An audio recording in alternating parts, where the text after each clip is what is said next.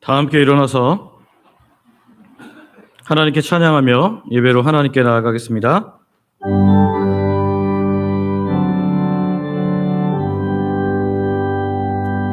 찬양 성부 성자 성령 성삼위 일체께 영원 늙음하기까지 영광을 돌리세 영광을 돌리세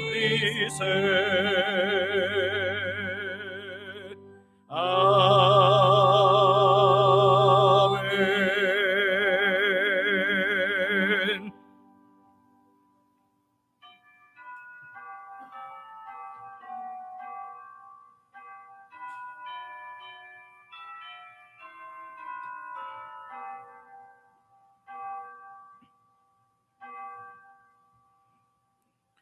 오직 여호와는 그 성전에 계시니 온 땅은 그 앞에서 잠잠할지니라. 아멘.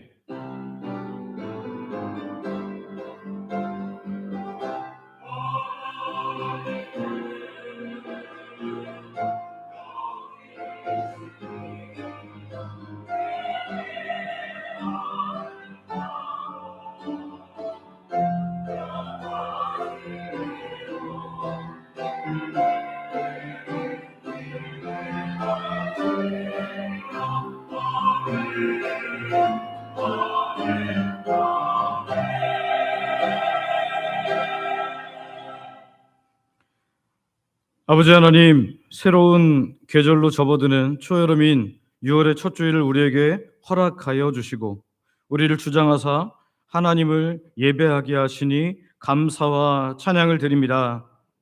지난 한 주간도 세상의 마음을 빼앗겨 흔들렸던 우리의 모든 연약함과 우리의 죄와 악을 이 시간 고백하며 회개합니다. 예수님의 십자가별로 우리를 깨끗게 하여 주사 하나님께 예배드리기에 합당한 예배자로 우리를 세워 주시옵소서. 우리가 드리는 예배를 통해 하나님만 영광 주시옵소서. 또한 은혜의 보좌 앞에 엎드린 심령마다 하늘의 깊은 평강으로 채워주시고 다시금 세상을 넉넉히 이겨낼 담대한 믿음의 새 힘을 주옵소서. 예배 중에 은혜로 임재하실 성령님을 의지하오며 예수님의 이름으로 기도드립니다. 아멘. 사도신경으로 우리의 신앙을 고백하겠습니다. 전능하사 천지를 만드신 하나님 아버지를 내가 믿사오며 그 외아들 우리 주 예수 그리스도를 믿사오니 이는 성령으로 잉태하사 동정녀 마리아에게 나시고 본디오 빌라도에게 고난을 받으사 십자가에 못 박혀 죽으시고 장사한 지 사흘 만에 죽은 자 가운데서 다시 살아나시며 하늘에 오르사 전능하신 하나님 우편에 앉아 계시다가 저리로서 산자와 죽은 자를 심판하러 오시리라. 성령을 믿사오며 거룩한 공회와 성도가 서로 교통하는 것과 죄를 사하여 주시는 것과 몸이 다시 사는 것과 영원히 사는 것을 믿사옵나이다. 아멘. 자리에 앉으셔서 성경 교독하겠습니다. 교독문은 26번입니다. 내 백성아 들을지어다. 내가 말하리라. 이스라엘아 내가 네게 증언하리라. 나는 하나님 곧 네 하나님이로다. 나는 내 재물 때문에 너를 책망하지는 아니하리니 내 번제가 항상 내 앞에 있음이로다. 내가 네 집에서 수소나 내 우리에서 수염소를 가져가지 아니하리니 이는 삼림의 짐승들과 물산의 가축이 다 내 것이며 산의 모든 새들도 내가 아는 것이며 들의 짐승도 내 것임이로다. 내가 가령 줄여도 내게 이르지 아니할 것은 세계와 거기에 충만한 것이 내 것이미로다. 내가 수소의 고기를 먹으며 염소의 피를 마시겠느냐?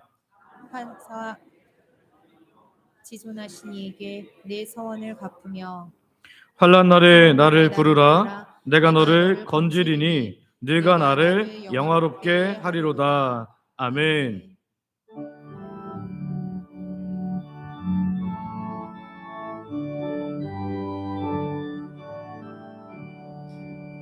독일 원강림하사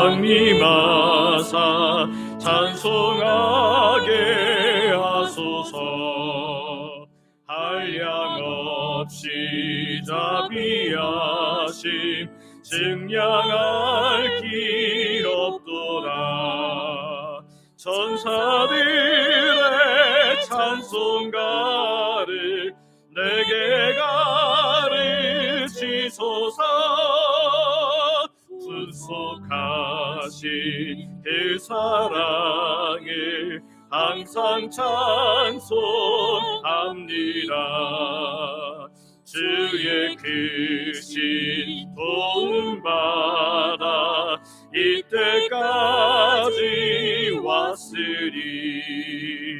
이와 같이 천국에도 이르기를 바라네. 하나님의 품을 떠나 죄에 빠진 우리를 예수 구원하시려고 보혈을 여주셨네. 주의 귀한 은혜 받고 일생 비친 자 되네. 주의 은혜 사슬되사 나를 주께 매소서. 우리 마음은 연약하여 범죄하기 쉬우니 하나님이 받으시고 천국이 되시소서.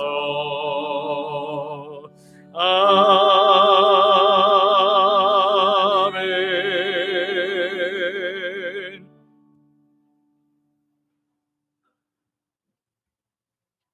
우리의 소망이 되시는 아버지 하나님, 오늘도 우리의 호흡을 주관하사 후국 보훈의 달을 맞이하는 6월 첫 주일 시간을 허락하여 주시고 우리 발걸음을 이 거룩하고 복된 예배 자리로 인도하여 주시니 감사를 드립니다. 우리의 온 마음과 정성을 다해 올려드리는 우리의 찬양과 경배를 아버지 하나님 홀로 기쁘게 받아 주시옵소서. 하나님, 이 시간 우리에게 주신 이 나라, 이 민족 위에 간절히 기도합니다. 이 땅의 자유와 평화를 위해 희생한 수많은 이들의 헌신을 기억하게 하시고 하나님의 크신 은혜와 보호하심 아래 이 나라가 굳건히 서 있도록 늘 기도하는 우리들 되게 하여 주시옵소서. 지난 주간 선거를 통해 새롭게 선출된 지도자들을 위해 기도합니다. 이들이 국민을 전심으로 섬기는 사람들, 또한 하나님과 자신들을 평가할 역사를 두려워하는 일꾼들 되게 하여 주시옵소서. 선거가 끝났다고 기도를 멈추는 것이 아니라 저들이 나라와 지역을 위해 바르게 일할 수 있도록 끊임없이 기도하는 우리가 되게 하여 주시옵소서. 그러나 아버지 하나님, 이번 선거 과정에 선관위의 잘못으로 인해 투표용지 부족 사태가 있었고 또한 누락된 개표가 늦은 개표가 됨으로 말미암아 깊은 불신과 상실감이 이 땅에 자리하고 있습니다. 하나님, 은혜 베풀어 주셔서 이 땅에 무너진 공의와 정직이 회복되게 하시고 제도가 올바르게 정비되어서 다시는 이런 혼란과 불신이 반복되지 않도록 이 나라는 공명정대한 대한민국 되도록 주님 역사하여 주시옵소서. 이 시간 어려운 삶의 자리에서 눈물 짓는 하나님의 백성들을 기억하시기를 원합니다. 육신의 깊은 질병으로 고통받는 환우들이 있습니다. 물질로 인해 어려움과 다양한 삶의 문제 앞에서 한숨 쉬는 성도들이 있습니다. 성령님께서 친히 역사하여 주셔서 치유의 역사가 일어나게 하여 주시고 이들의 삶에 가로막힌 모든 문을 활짝 열어 주시옵소서. 새로운 길을 여시는 하나님의 크심을 경험하고 깊이 감사하고 찬양함으로 간증의 삶이 되게 하여 주시옵소서. 여러 가지 사정으로 오늘 예배에 나오지 못한 연약한 성도들이 있습니다.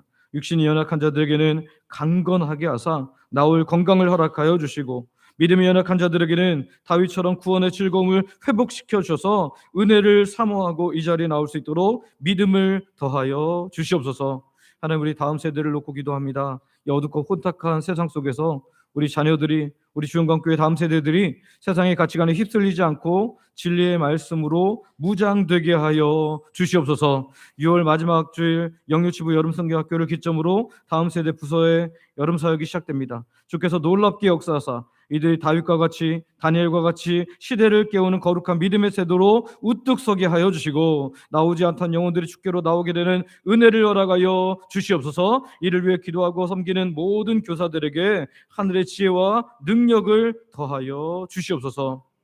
단위의 오늘 말씀을 선포하게 하실 담임 목사인 저를 주의 능력의 손으로, 은혜의 손으로 강건하게 붙잡아 주시옵소서. 말씀을 듣는 모두의 마음을 옥토로 바꾸어 주심으로 아멘으로 주신 말씀에 화답하게 하여 주시고, 그 뿌려진 말씀의 역사와 그로 인한 복된 결과가 삶에서 30배, 60배, 100배로 나타나게 하여 주시옵소서. 담임 목사님, 저에게 은혜를 더하셔서 당회와 함께 교회를 이끌어갈 때 하늘의 지혜와 명철로 잘 감당할 수 있는 능력도 더하여 주시옵소서. 주의 몸된 교회를 위해서 오랜 기간 헌신하신 원로 목사님에게 복 내려 주시되 영육간 강건하게 하여 주시고 자자손손 주님의 기쁨 되게 하여 주시옵소서. 아버지, 몸된 교회 곳곳에서 이름도 빛도 없이 수고하는 주의 백성들을 기억하시기를 원합니다. 주중에 교회에 필요한 일들을 위해서 땀 흘린 성도들, 주중에도, 그리고 주일 새벽부터 수고하는 주방봉사, 또 주일 설거지 봉사 섬김, 매주 아름다운 찬양으로 영광 돌려드리는 주영광 찬양대와 오후 찬양팀, 예배를 돕는 주차와 안내, 소그룹 리더, 재정부, 방송실, 소방 안전관리자 섬김, 교회 관리를 비롯한 각 부서와 위원회 섬김, 수많은 헌신의 손길들이 있습니다.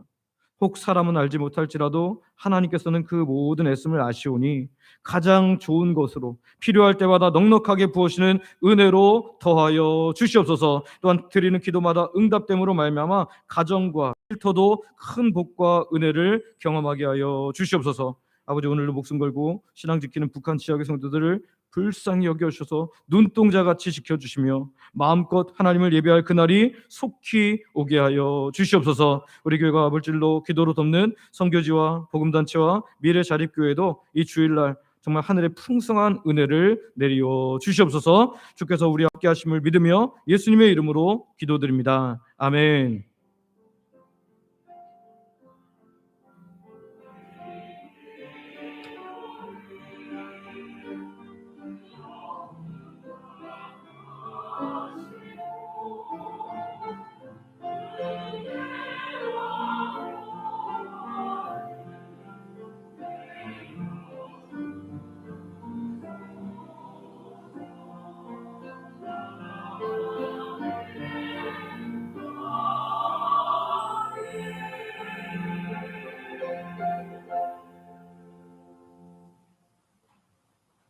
주영광 찬양대가 준비한 찬양으로 하나님께 영광 돌려드리겠습니다.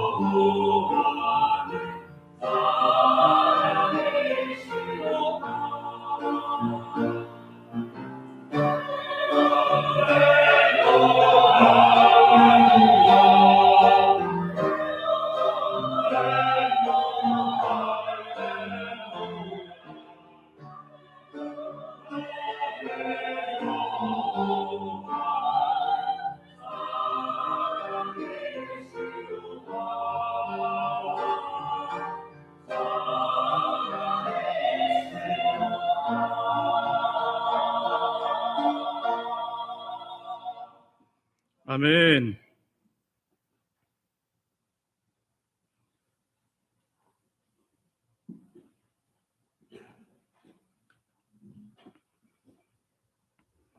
우리에게 주신 하나님의 말씀은 신약성경 사도행전 10장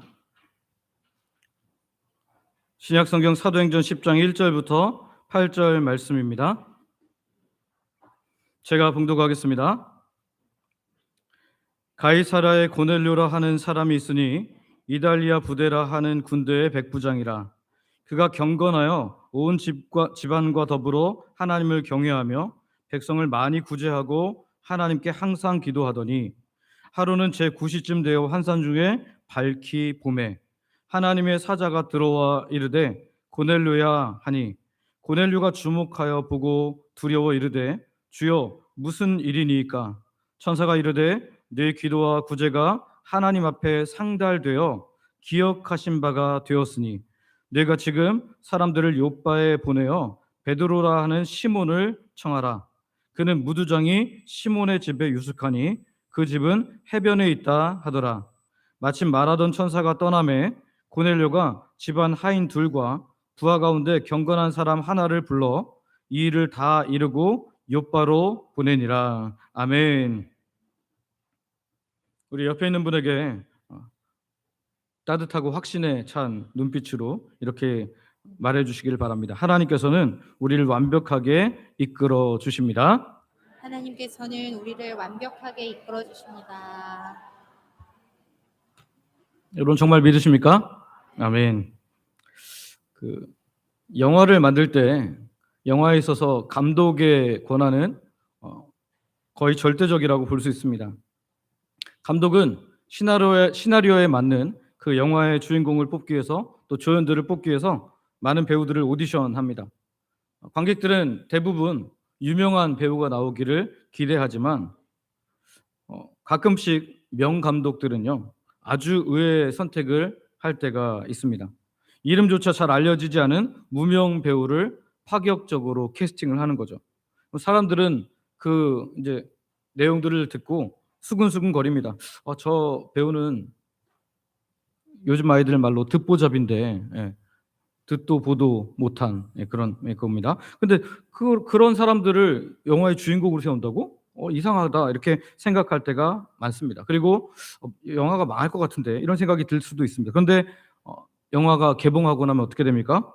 그 무명 배우가 스크린을 압도하면서 많은 사람들의 마음을 홀리게 됩니다. 그리고 그 사람은 이제 유명 배우로서 서게 되는 것을 보게 되죠. 물론 이런 경우는 뭐라고 부르죠? 아까 제가 말씀드린 것처럼 명감독입니다.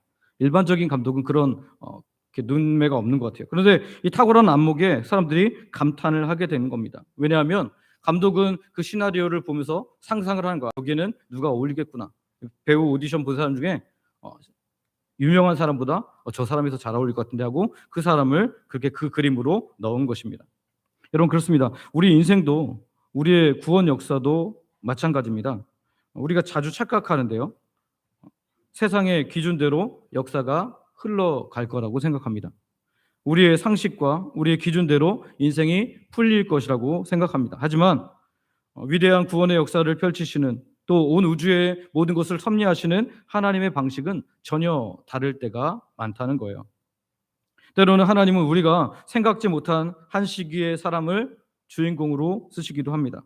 우리가 상상할 수 없는 방식으로 은혜의 무대를 준비하시고 이끌어 가시기도 한다는 것입니다.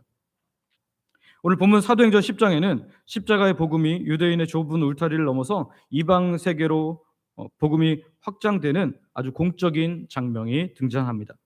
이 거대한 구원 역사를 열기 위해서 하나님께서는 사람들의 예상을 뛰어넘는 사람을 택하시고 또 장소를 택하셨습니다. 오늘 말씀을 통해서 우리의 상식을 뛰어넘으시는 하나님, 그리고 세상의 중심도 충분히 침투하시는 하나님, 구원의 역사를 이끌어 가시는 그 놀라운 하나님의 주권을 발견하기를 원하고요. 때로 우리의 삶 가운데 내가 원하지 않는 어려움들이 있을 때에도 주권을 가지신 하나님을 분명히 확신할 수 있는 저와 여러분 되시기를 소망하고 축복합니다. 첫 번째 우리가 살펴볼 것은요, 세상의 중심으로 역사하시는 하나님을 보게 됩니다. 우리 한번 같이 소제목 읽어볼까요? 소제목 같이 읽습니다. 시작. 세상의 중심으로 역사하시는 하나님. 사도행전 10장 본문 1절 말씀을 보면 우리가 이렇게 알려준대요. 같이 한번 읽습니다. 시작. 가이사랴에 고넬료라 하는 사람이 있으니 이달리아 부데라 하는 군대의 백부장이라. 아멘. 오늘 본문을 시작하는 장소가 어디입니까? 가이사랴. 가이사랴는 예루살렘과 같은 종교적인 도시가 아닙니다. 헤롯 왕이 당시 가이사인 아구스도, 성경에는 아구스토라고 나오고요. 우리 일반적으로 세계사에서는 옥타비아누스라고 하는데요. 이 아구스토를 기리기 위해서 지중해 연안에 건설한 거대하고 화려한 헬라식 신도시입니다.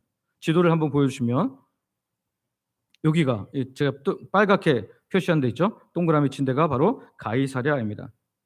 유대 지역을 통치하는 로마 총독의 관저도 여기에 있었고요.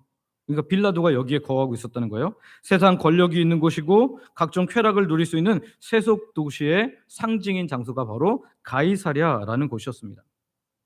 그런데 거기에 누가 있었냐면 고넬료라 하는 이달리아 부대의 백부장이 있었다라는 거죠.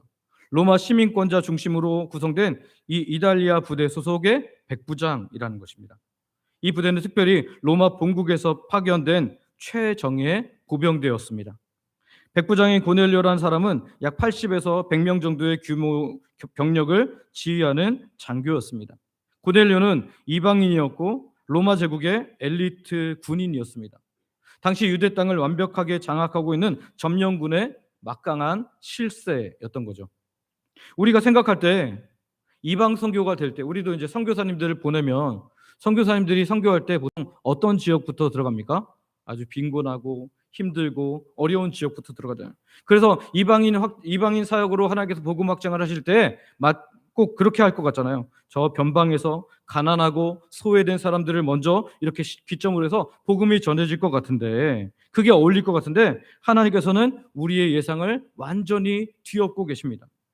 하나님께서는 이방 선교가 공적으로 확장되는 이 역사적인 장면을 소외된 변방이 아니라 로마 제국의 정치적이고 군사적인 심장부인 가이사랴에서 시작하셨다는 것입니다. 이방 권력의 상징인 정복자 로마 장교의 심장 한가운데로 들어간 것입니다.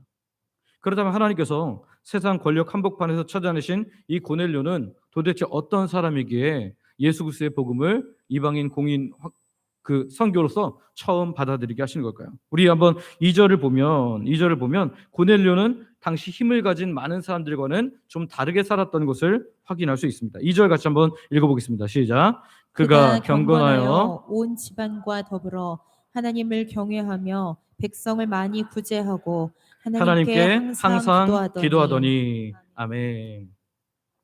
고넬료는 세상의 화려한 권력에 취해 있지 않았습니다. 자신이 가졌던 로마 제국의 힘을 자랑하며 사람들을 착취하지도 않았습니다. 로마의 많고 화려한 우상들을 섬기지도 않았습니다. 어떻게 그가 하나님에 대해서, 구약에 나오는 하나님에 대해서 알았는지는 모르지만 고넬료 그는 천지를 창조하신 하나님 한 분만을 온 집안과 더불어 섬기는 경건한 사람이었다는 거예요. 그뿐만이 아닙니다. 지배자인 로마 군대의 장교였음에도 불구하고 오히려 피지배 계층인 유대 백성들을 위해서 재산을 아낌없이 나누어서 구제를 했다는 거예요. 본문을 보면 백성을 많이 구제했다라고 말하는데요. 이 백성이라는 단어는 일반적인 모든 사람들을 말하는 것이 아니라 하나님의 백성을 가리키는 단어입니다. 구약 성경에서는 암미와 같은 뜻이죠. 그러니까 하나님의 백성들을 그렇게 구제했다라는 거예요. 이 구제에 대해서 성경은 어떻게 말합니까? 어쩌다 동전 한 입, 불쌍하니까 이렇게, 그래 너 피지배층이고 가난하잖아, 자 로마 동전 하나 던져줄게, 그렇게 던진 것이 아니라는 겁니다. 그가 유대 백성을 많이 구제했다라고 분명히 기억합니다. 지금 세상의 권력자인 그가 자기의 힘으로 사람들을 착취하는 것이 아니라 도리어 연약한 자들을 섬기는 아주 구별된 삶을 살고 있었다는 것입니다. 성도 여러분, 하나님께는 로마 군대가 아무것도 아닙니다. 하나님께는 견고하게 세워진 세상의 장벽, 그 모든 계급도 초월하여 일하실 수 있다는 것입니다. 세상 한복판을, 권력 한복판을 거침없이 뚫고 들어가실 수 있는 분이 오늘 우리가 믿는 하나님인 줄 믿으시기를 바랍니다. 그래서 그 세속에 동화되지 않고 세상 상황 가운데 살고 있었던 하나님을 경외하던 한 사람을 찾으시고 이방 선교의 확장에 크게 사용하셨다는 것입니다. 오늘 혹시 우리의 삶을 짓누르는 거대한 장벽이 있습니까? 세상의 거대한 권력과 재물의 힘 앞에서 혹시 나는 아무것도 아니구나, 난 참 작다, 아무것도 아니다, 이렇게 스스로 무가치하게 여기지는 않습니까? 여러분, 두려워하거나 떨지 마십시오. 구원의 역사를 펼치시는 하나님은 저 변방에서만, 끄트머리에서만 힘을 내시는 분이 아니라 세상의 가장 깊은 곳, 핵심적인 심장부로도 직접 들어가셔서 역사하실 수 있는 크신 하나님인 줄 믿으시기를 바랍니다. 오늘 저와 여러분이 우리 인생의 가장 한복판으로도 들어오셔서 놀라운 은혜의 역사를 펼칠 수 있는 그 하나님을 기억하고 믿음으로 하나님 안에서 승리하는 승리자들 되시기를 소망하고 축복합니다. 두 번째는요, 삶의 참된 경건을 흠양하시는 하나님을 우리가 보게 됩니다. 우리 한번 소제목 같이 읽습니다. 시작. 삶의 참된 경건을. 흠양하시는 하나님. 오늘 본문 3절을 보면 이렇게 말하는데요. 3절 같이 읽습니다. 시작. 하루는 제 9시쯤 되어 환상 중에 밝히 봄에 하나님의 사자가 들어와 이르되 고넬료야 하니. 아멘. 성도 여러분, 지금 3절을 보니까 고넬료가 환상, 이 천사를 환상으로 본 시간이 언제라고 기록되어 있습니까? 9시, 제 9시. 이 9시는 유대 시간으로 9시는요, 현대 시간으로 오후 3시를 가리킵니다.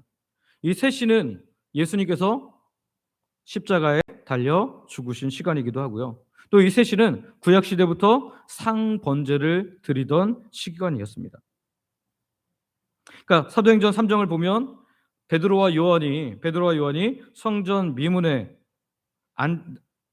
날 때부터 걷지 못하던 사람을, 거기 그렇게 앉아 있던 사람을 고쳤던 시간도 바로 어떤 시간에 일어난 거예요? 제 9시 기도 시간에 일어난 것입니다. 일반적으로 이 시간이 되면 예루살렘 성전은 수많은 제사장들과 그 주변에 있던 백성들이 들어와서 꽉 찼습니다. 유대인의 뜰에 가득 사람들이 들어오게 됐다는 거죠. 제단 위에서는 하나님께 바쳐지는 짐승이 올려져 있고요, 제물을 태우는 연기가 하늘 높이 피고 올랐습니다.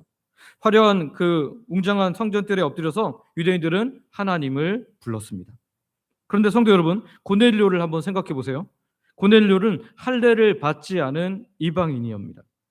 유대교의 엄격한 율법에 따르면 이방인은 절대로 예루살렘 성전의 거룩한 뜰으로 들어올 수가 없었습니다. 유대인들의 뜰로 들어올 수 없었다는 거예요.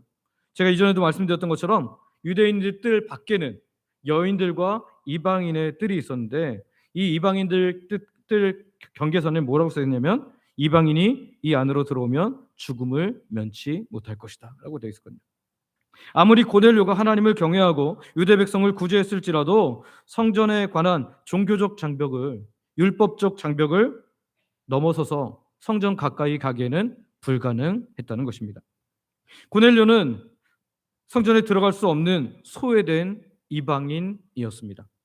하지만 고넬료는 예루살렘 성전에 들어갈 수 없다고 해서 기도를 포기하지 않습니다.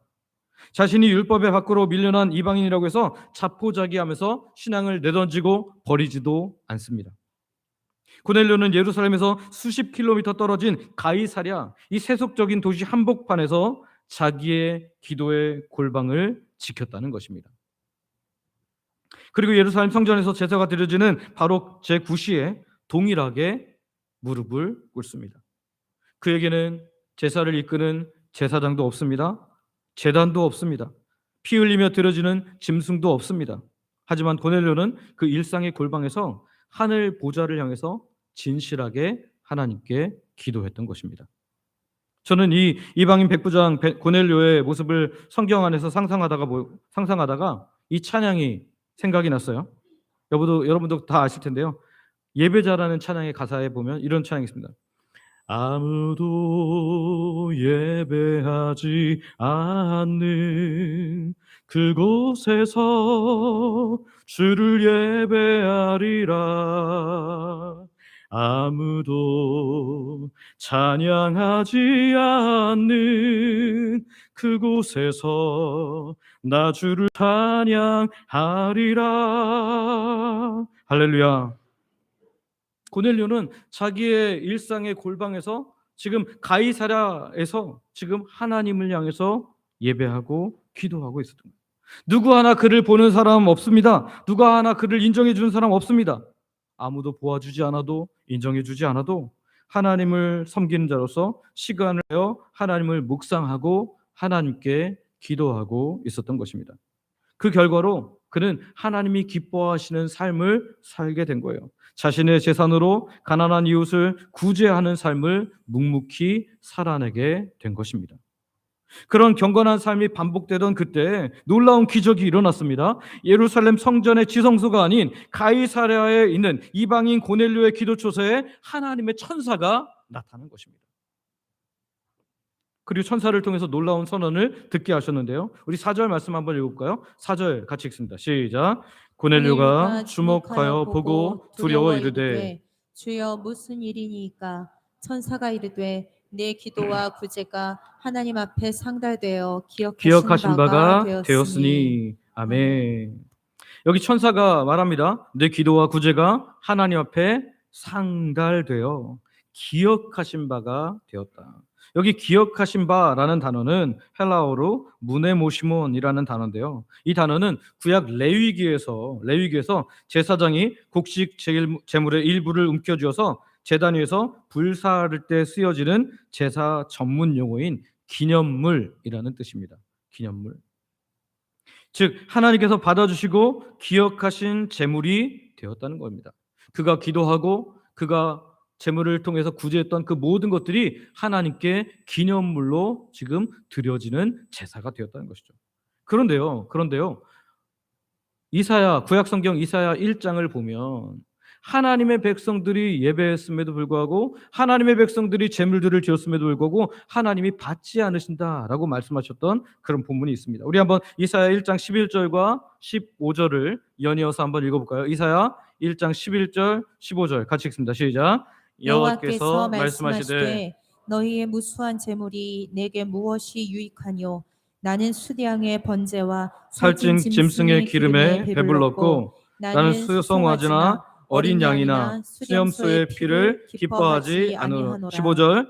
너희가 손을 펼 때에 내가 내 눈을 너희에게서 가리고 너희가 많이 기도할지라도 내가 듣지 아니하리니 이는 너희의 손에 피가 가득함이라. 아멘. 당시 유대인들이 성전에서 구별하여 종교 의식을 치렀지만 하나님께서는 받지 않으셨다는 거예요.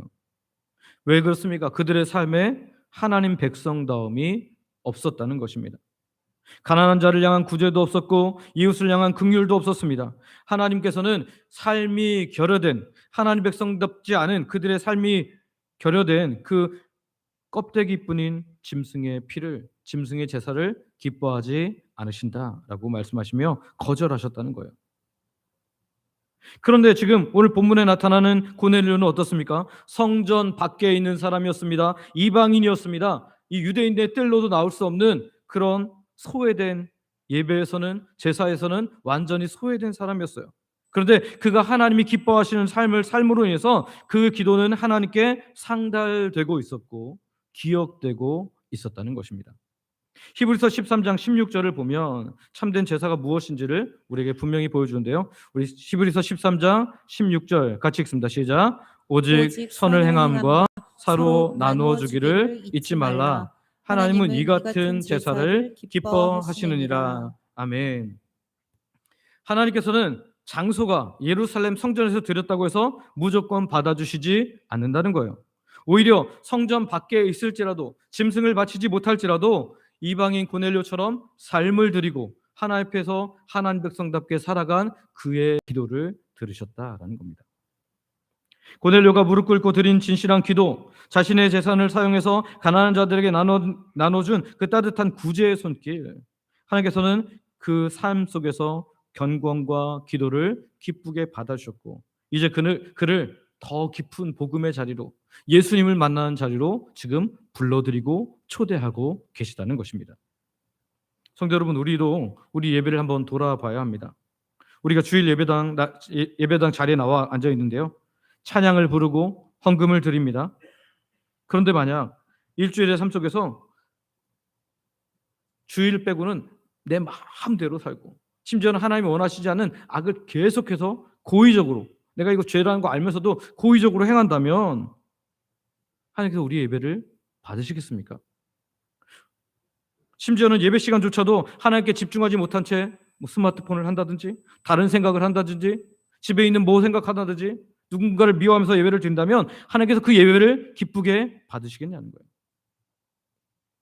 예배당 문을 나서는 순간 삶의 주인이 내가 되어서 진리만을 따지고 이익에 의해서만 살고, 하나님과는 전혀 상관없이 하나님께 기도나 예배는 한 번도 하지 않은 채, 그렇게 말씀도 하나도 읽지 않은 채 그렇게 살아간다면 어쩌면 우리의 예배는 이사야 시대의 사람들처럼 헛되이 드리는 예배가 될 수도 있다는 것입니다.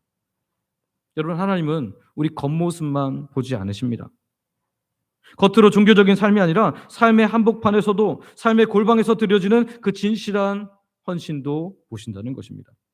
그렇다고 해서 여러분, 낮 3시가 되면 유대인들처럼 시간을 멈추고 갑자기 밖으로 나와서 기도하라는 게 아닙니다.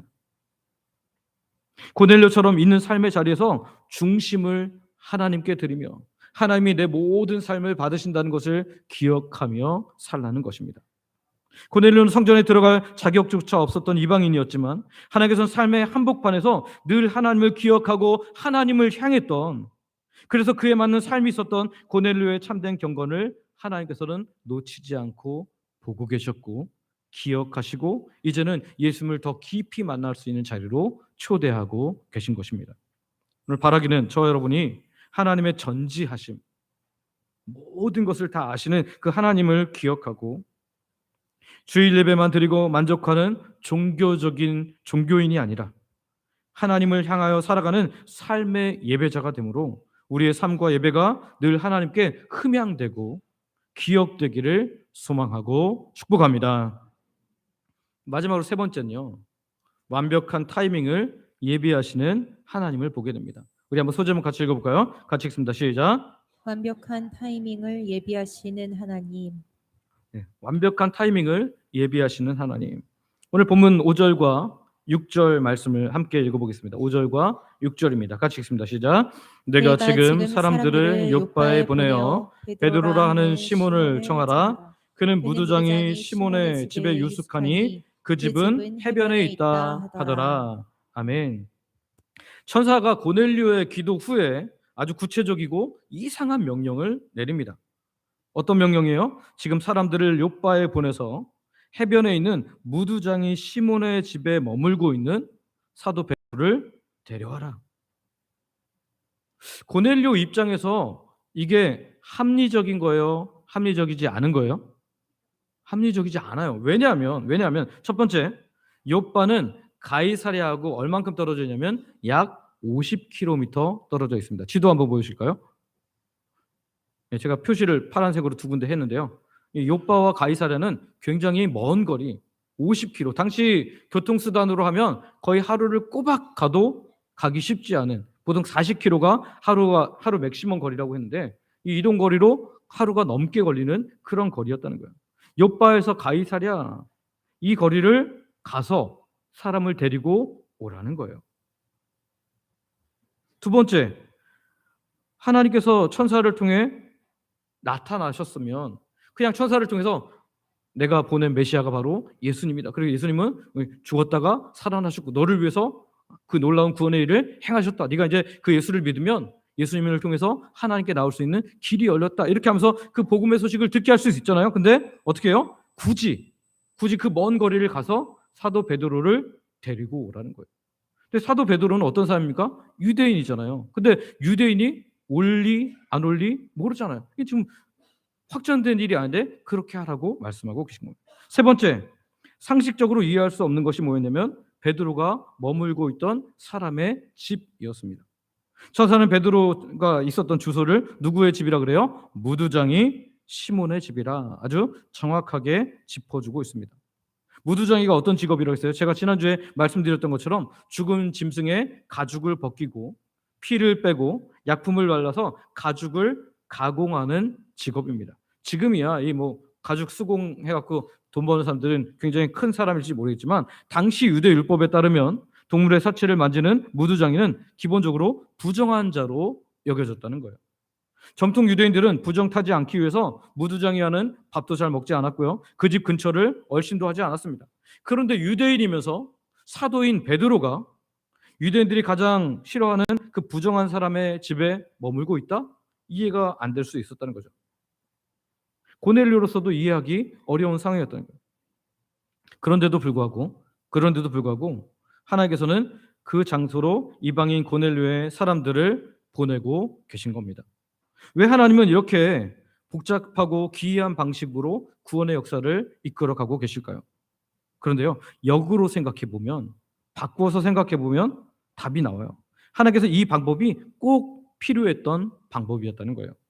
만약 하나님께서 율법의 장벽에 갇혀 있었던 베드로를 나중에 이제 그 베드로가 그 이방인과 이렇게 식사 나누고 그런 것을 누가 보고 왜 너 그 이방인과 식사하냐 그거 가지고 베드로가 잠시 머뭇거리고 아무 말도 못했던 그런 상황들이 성경에 나오거든요. 그러니까 아직까지도 지금 이방인을 향해서 활짝 마음이 열리지 않은 이 베드로를 향해서 만약에 이 율법학자라든지 또는 성전 안에 있는 어떤 거처에서 머물게 하셨다면, 고넬료가 보낸 이방인 군인과 또 하인들이 왔을 때 과연 그들을 따라서 가겠냐라는 거예요.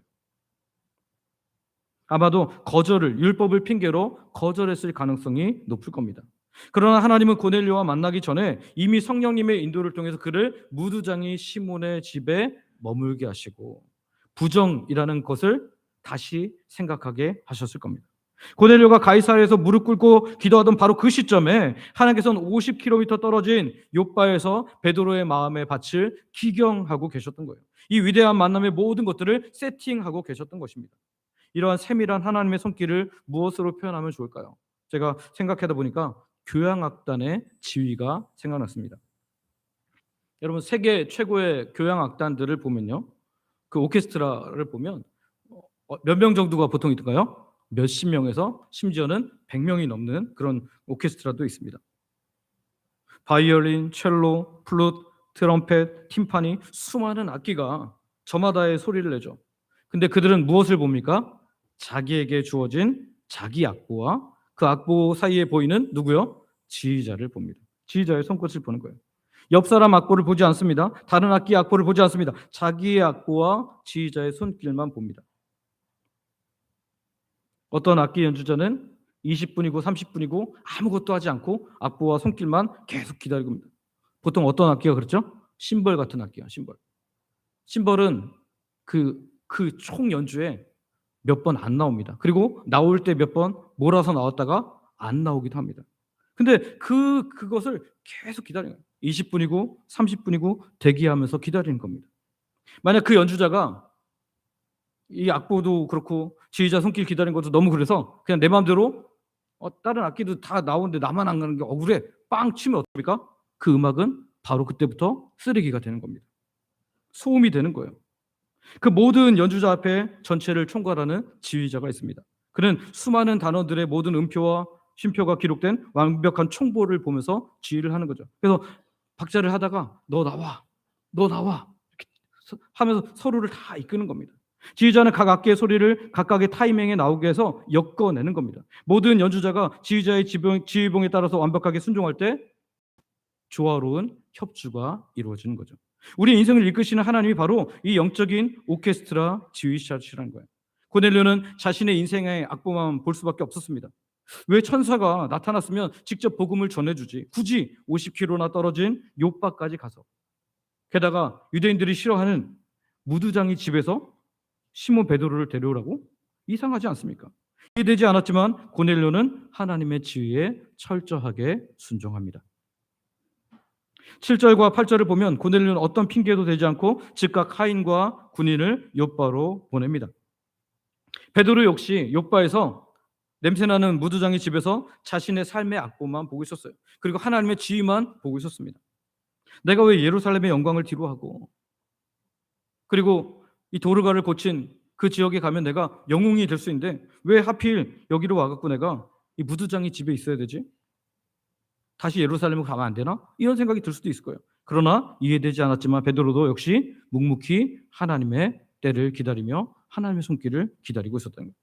가이사랴에 있었던 고넬료나 옆바에 있는 베드로는 서로의 존재조차 아예 알지 못하는 완전한 남남이었습니다.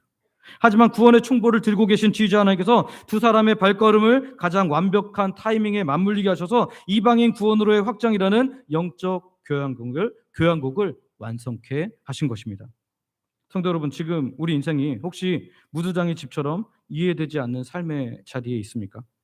내 지식과 상식으로는 이해되지 않는 꽉 막힌 터널을 혹시 지나고 계십니까? 의심하거나 절망하지 마십시오. 우리의 좁은 시야로는 하나님의 거대한 그림을, 인생의 총지휘자 되시는, 온 우주의 총지휘자 되시는 하나님의 그 모든 그림을 아무리 생각해도 이해할 수 없습니다. 그러나 하나님은 우리가 어둡게 보이는 그 고독한 시간조차도 완벽하게 조율하고 계시고요. 이 하나님의 타이밍은 단순히 세상에서 잘되게 하는 타이밍 정도가 아니라 하나님의 크신 은혜의 역사, 그리스도의 복음의 역사, 우리의 모든 삶을 인도하시는 섭리의 역사로 우리를 이끄시고 계시다는 것입니다. 우리가 불평과 원망을 멈추고 하나님의 지휘에 늘 순종하며 나아가면 하나님께서 가장 완벽한 타이밍에 가장 완벽한 만남을 통해서 우리를 이끌고 계시다는 것을 분명히 믿음의 눈으로 보게 될 줄 믿습니다. 저와 여러분이 나는 이해할 수 없지만 우리 인생의 모든 시간표를, 모든 타이밍을 아시고 우리를 이끌고 계신 그 하나님을 신뢰함으로 놀라운 복된 만남과 은혜의 대로를 경험하며 살아가는 하나님의 사람들 되시기를 소망하고 축복합니다. 말씀을 정리합니다. 우리의 좁은 시야로는 위대한 지휘자이신 크신 하나님의 계획을 다 알 수도 볼 수도 없습니다.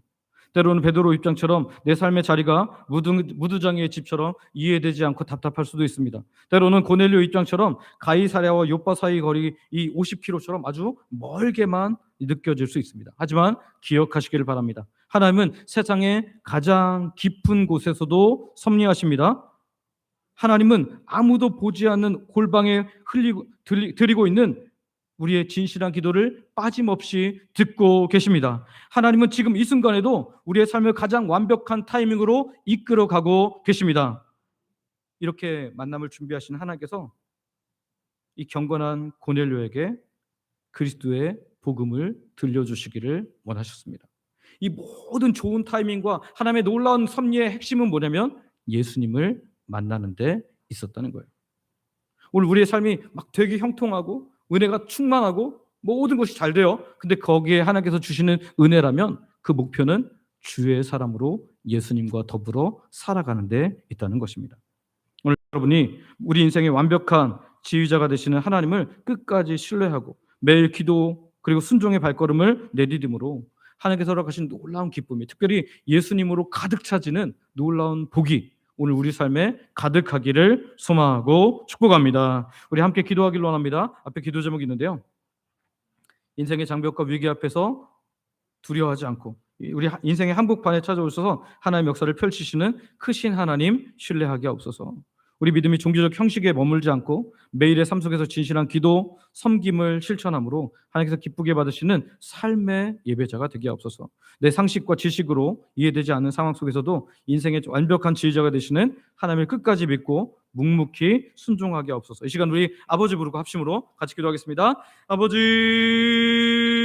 하나님 감사합니다. 하나님 우리의 모든 삶 가운데 하나님 가장 크신 하나님 우리가 신뢰하기를 원합니다. 인생의 장벽과 위기 앞에서도 우리가 두려워하지 않게 하여 주시옵소서. 막막하고 멀게 느껴질지라도 하나님 우리 인생 한복판에도 찾아오셔서 하나님의 역사를 크게 펼칠 수 있는 그 크신 하나님 온전히 신뢰하게 하여 주시옵소서. 하나님 우리 가운데 어려운 상황들이 있는 분들이 있다면 오늘 말씀이 위로가 되게 하시고 힘이 될 수 있도록 은혜 도하여 주시옵소서. 우리 믿음이 하나님 종교적 형식에 머물지 않게 하시고 매일의 삶 속에서 진실한 기도, 섬김을 실천함으로 말미암아 하나님 백성다운 하나님이 기쁘시게 받으실 만한 삶의 예배자로서의 삶을 살아갈 수 있도록 은혜 도하여 주시옵소서. 내 상식과 지식으로 이해되지 않는 상황들이 너무나 많이 펼쳐집니다. 그러나 그럼에도 불구하고 인생의 완벽한 지휘자가 되시는 하나님을 끝까지 신뢰하게 없어서 나는 내 인생의 악보밖에 보이지 않지만 인생의 총보를 온 우주의 총보를 보고 계시는 그 지휘자신 하나님을 분명히 분명히 신뢰하게 하시고 그 분명한 하나님을 우리가 끝까지 믿음으로 말미암아 담대하게 감사하며 살게 하시고 그 하나님께서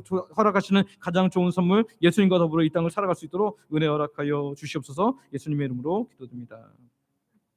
아버지 하나님 감사합니다. 오늘도 우리가 말씀을 듣고 말씀 가지고 함께 기도했습니다. 우리들의 기도에 응답하여 주실 줄, 또한 이미 응답이 시작된 줄 믿으며 예수님의 이름으로 기도드립니다. 아멘.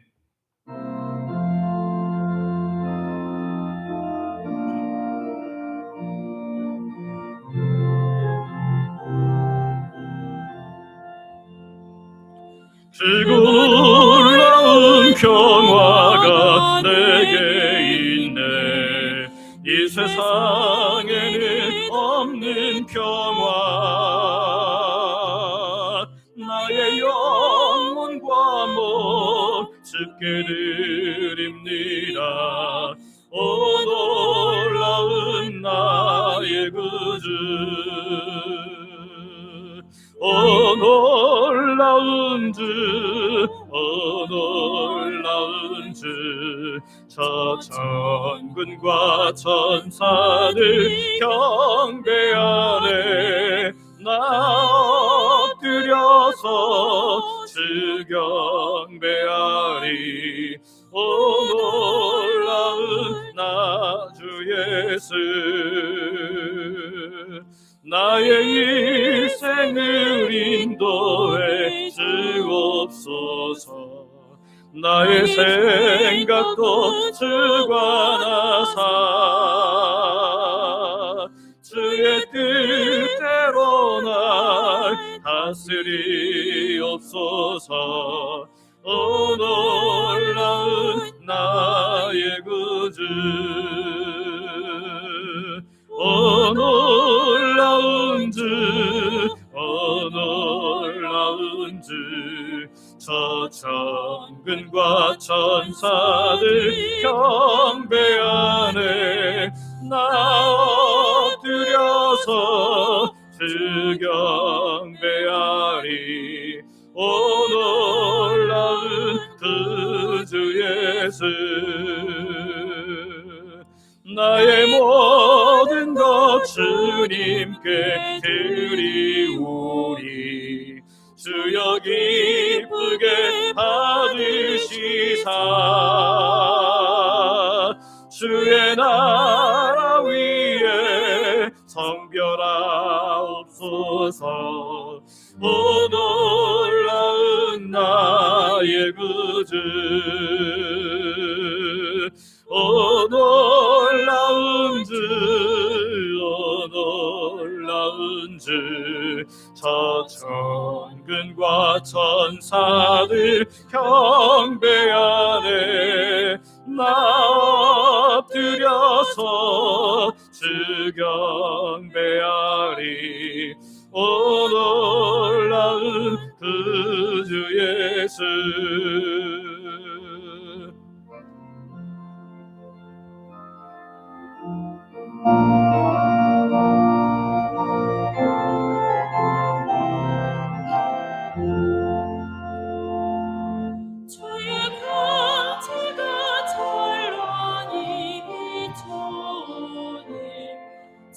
전능하신 왕 구세주여, 세상 끝날까지 찬양 드립니다. 오 놀라운 나의 구주, 오 놀라운 주, 오 놀라운 주. 저 천군과 천사들 경배하네. 나 엎드려서 주 경배하리. 오 놀라운 그 주 예수.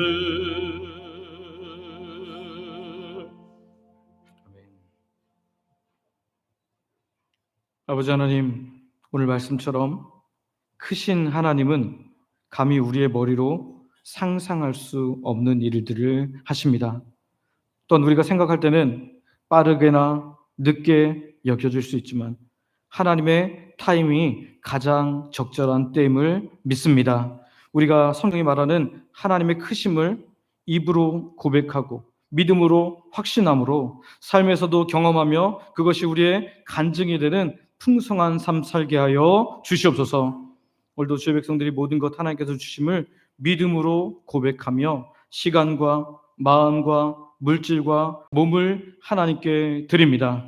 생명을 주신 분이 하나님을 고백하는 11조로 일상에 주시는 놀라운 은혜를 감사로 매주 드리는 정한 주일원금과 하나님 나라 확장을 위해 선교 및 전도원금으로 교회 내 영혼들을 섬기도록 장학 및 구제원금으로 교회를 사랑하는 마음으로 건축헌금으로 성도들의 점심 식사를 섬기는 식사 섬김 헌금으로 매 식사마다 마음 담아 드리는 성미로 소원을 거지고 드린 다양한 예물로 각종 물질과 몸을 통한 봉사와 헌신으로 하나님께 드립니다. 몸이 연약해서 나오기 어려운 상황인데도 11조를 비롯해서 다양한 헌금으로 몸된 교회를 섬기는 분들이 있습니다. 이들도 기억하셔서 마음껏 예배드릴 수 있는 환경, 여건을 허락하여 주시옵소서. 아버지 하나님, 오늘 주의 백성들이 드린 모든 물질과 헌신을 기쁘게 받아주시고 영광 받아주시옵소서. 하나님께서 국간을 열어주시되 건강의 국간을 열어주시고 물질의 국간을 열어주시고 시간의 국간을 열어주시고 필요한 모든 국간들을 열어주사 드린 자에게 필요한 모든 것을 더하시는 하나님의 놀라운 은혜를 경험케 하여 주시옵소서. 오늘 예배하기 어려운 상황들에 있는 주의 백성들 기억하시기를 원합니다. 연로하셔서 노안으로 연약한 어르신들, 본인이 혹은 가족이 병중에 있어서 고통받는 주의 백성들, 육적 영적 고통에서 벗어나고자 하지만 잘 되지 않는 사람들, 예배 자리에 나왔지만 다양한 고통의 문제를 가지고 신음하는 주의 백성들, 내가 주인됨을 인해 힘든 삶을 사는 분들도 있사오니 주님, 이 시간 주께서 친히 찾아가 주시고 만나 주시고 위로하여 주시고 고쳐 주시고 함께함을 경험하게 하여 주시옵소서. 아버지의 그 넓은 품, 따뜻한 품에 안김으로 말미암아 하나님을 찬양함의 일상이 되는 놀라운 변화로 이끌어 주시옵소서. 오늘도 자녀들에게 가장 좋은 것 아버지께서 주심을 믿음으로 고백하며 예수님의 이름으로 기도드립니다. 아멘.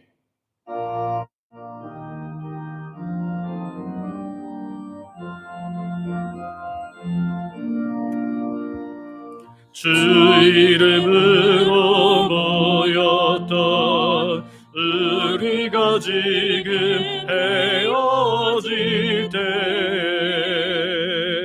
언제나 함께 하시며 평안케 하소서. 아멘.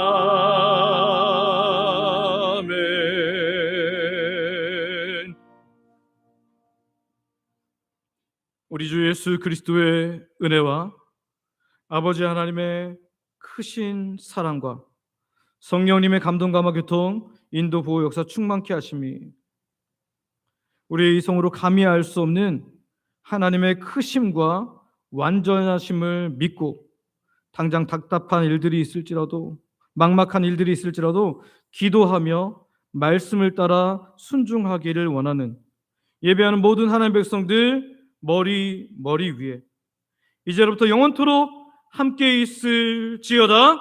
아멘.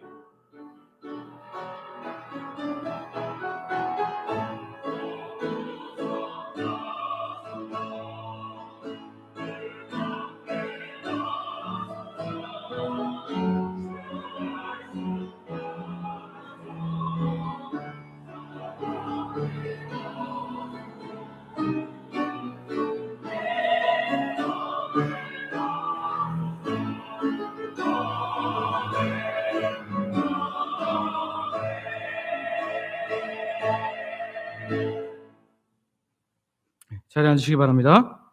교회 소식 전해드리겠습니다. 교회 소식 전해드리기 전에 성경 읽기 일독 증서 드릴 텐데요. 김종란 권사님 앞으로 나오시기 바랍니다.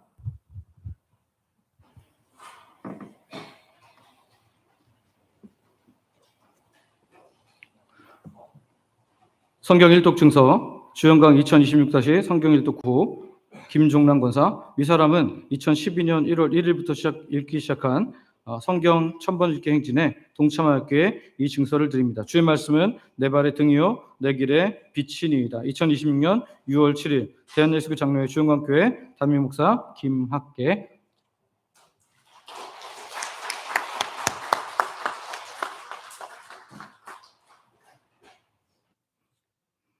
이번 읽기가 지금 390번인데요. 1000번 하려면 아직 멀었습니다. 여러분 많이들 열심히 읽어주시기 바랍니다. 국가를 위한 기도 6월은 호국 보훈의 달입니다. 6.25 76년인데요. 하나님께서 우리나라를 지금까지 지켜주셨음을, 오늘까지 지켜주셨음을 감사하고요. 계속 은혜로 보존해 주시도록 늘 기도하시기를 바랍니다. 주일 오후 마음새김 시리즈입니다. 오후 예배에 그리스도인이라면 알고 마음에 새겨야 할 마음새김 시리즈 첫 번째로 10계명 시리즈 이제 세 번째 벌써 시간인데요. 열심히 참여해서 영적인 풍성함을 누리고 마음에 새겨야 할 말씀들을 마음 깊이 새김으로 그것이 영적 무기가 되기를 바랍니다. 오후 찬양대 이번 달 6월 셋째 주에는 새벽 이슬 찬양대가 섬깁니다. 노방전도입니다. 이번 주 토요일은 장로 안수집사 외 많은 분들이 오셔서 함께 참여해 주시기를 바랍니다. 오전 10시 30분에 토요일 날 하니까요. 많이 오시길 바랍니다. 교회 와서 기도하기, 한 주에 한 번 30분 이상 교회 와서 기도하기에 힘써 주셔서 교회도 부흥하고 나도 복을 받는 귀한 은혜가 있기를 원합니다. 강북 마마클럽 기도회 광고입니다. 서울 지역, 이번에는 서울 지역 전체 연합 기도회가 우리 강북 지역 지점, 강북 지역 거점 교회인 성실교회에서 이번 주 목요일 날 6월 18일 목요일 오후 2시에 있습니다. 여러분 많이들 가셔서 함께 또 뜨겁게 기도하실 분들은 기도하시기를 바랍니다. 우리 파송 찬양하고 내려가셔서 식사 교제하시겠습니다.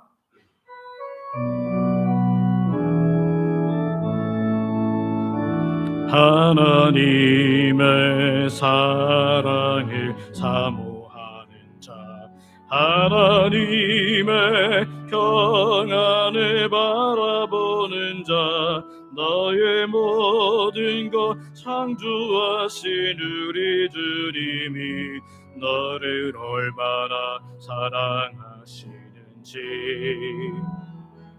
하나님께 찬양과 경배하는 자, 하나님의 선하심을 닮아가는 자, 너의 모든 것 창조하신 우리 주님이 너를 자녀 삼으시오. 아멘.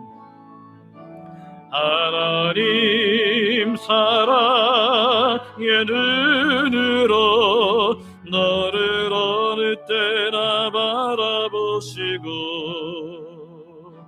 하나님 인자 귀로서 언제나 너에게 기울이시니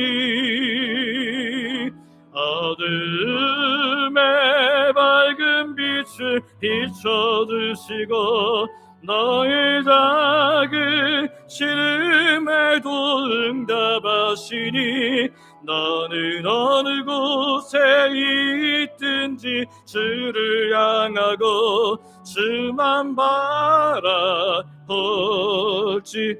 하나님 사랑의 눈으로